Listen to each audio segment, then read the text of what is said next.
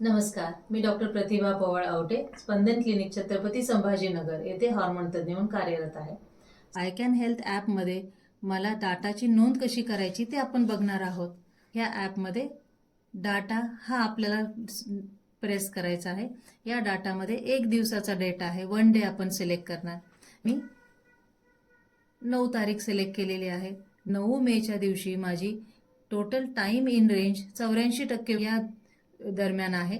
Average साखर माझी 80 milligram % आहे. या दिवसभरात जास्तीत जास्त साखर माझी 107 आहे आणि कमीत कमी साखर 60 आहे. हा माझा साखरेचा ग्राफ आहे. जिथे रेड लाईन आहे त्या ठिकाणी माझी साखर 70 पेक्षा कमी आहे 8 तारखेला. जो डाटा एंट्री केलेला आहे तो इथे दिसतो आहे. सकाळच्या नाश्त्याला हा हाफ पराठा घेतलेला आहे. हा फोटो आपण डाएटमध्ये नोंद केलेली आहे. हाफ पराठा घेतल्यानंतर माझी जेवणाआधीची साखर 77 होती आणि 2 तासानंतर माझी साखर 84 आलेली आहे. नाश्ता करताना आपण मटकी आणि दही आणि अंडा हा प्रोटीनयुक्त आहार घेतला. तर नाश्ता करण्याच्या आधी साखर 75 होती, नाश्त्यानंतर 85 आलेली आहे. त्यानंतर हे प्रोटीन पावडर आहे. हे जर घेतलं मी तर नाश्ता आधीची साखर 94 आणि नाश्त्यानंतरची 92. या दिवसभरात माझी काय आहार घेतलाय तो मला इथे दिसेल.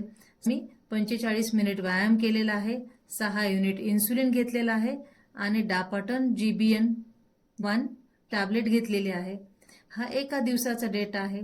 त्याच पद्धतीने जेव्हा मी इथे 7 वरती क्लिक करते तर मागच्या 7 दिवसांमध्ये माझी ॲव्हरेज साखर 81 आहे.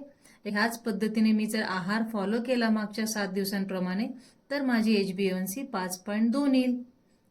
हायपोग्लायसिमिया, दिवसभरात किती वेळा माझी साखर 70 पेक्षा कमी आहे, किती वेळा माझी साखर 180 पेक्षा जास्त आहे आणि दिवसभरामध्ये किती टाइम माझी साखर 250 पेक्षा जास्त आहे हे देखील मला समजते. मधुमेह व्यक्तीमध्ये ही ॲव्हरेज HbA1c 6.5 ते 7% असणं गरजेचं आहे आणि टाइम इन रेंज 70% पेक्षा जास्त असायला पाहिजे, म्हणजे माझी साखर नियंत्रणात आहे.